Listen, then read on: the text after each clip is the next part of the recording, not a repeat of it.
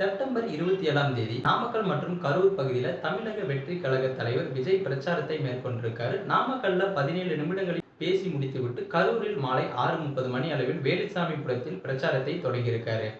விஜய் பேசி முடித்ததும் பிரச்சார வாகனத்திற்குள் இருந்து மேலே ஏறி வந்த ஆதவ் அர்ஜுனா விஜயிடம் அஸ்மிகா என்ற 9 வயது சிறுமியை காணவில்லை என்று தகவல் சொல்லியிருக்காரு.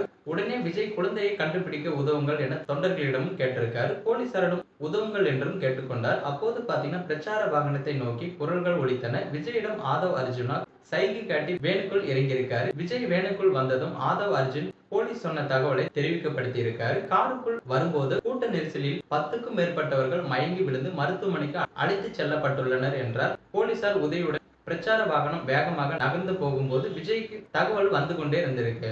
ஒருவர், 3 பேர், 5 பேர், 10 பேர் என உயிரிழப்பு செய்திகளும் வந்து கொண்டே இருந்திருக்கு. வேனை நடுவழியில் நிறுத்தி காருக்கு மாறியவர் கத்தி கதறியும் அழுதிருக்காங்க. அவருக்கு ஆறுதல் சொல்லி திருச்சி விமான நிலையம் செல்லலாம் என்ற போது சிலர் திருச்சி போனால் பாதுகாப்பு இருக்காது, சாலை வழியாக போகலாம் என்றும் கூறியிருக்காங்க. ஆனால் விஜய் புறப்பட மறுத்தவர் நாளை காலை இருந்தவர்களிடம் மன்னிப்பு கேட்டுதான் போவேன் என்றும் நின்றிருக்காரு. போலீஸ் அதிகாரிகள் தொடர்பு கொண்டு சூழ்நிலை சரியில்லை, அங்கிருந்து உடனே புறப்படுங்கள் எனவும் அறிவுறுத்தியிருக்காங்க. அதன் பிறகு பாத்தீங்கன்னா திருச்சி சென்று தனி விமானம் மூலமாக சென்னையும் புறப்பட்டிருக்காரு.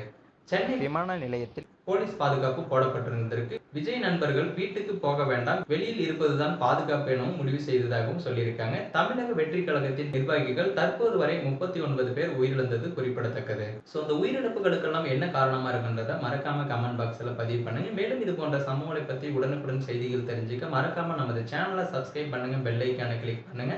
அப்பதான் நம்ம போடக்கூடிய வீடியோ உங்களுக்கு உடனுக்குடன் நோட்டிபிகேஷனா வந்து சேரும்.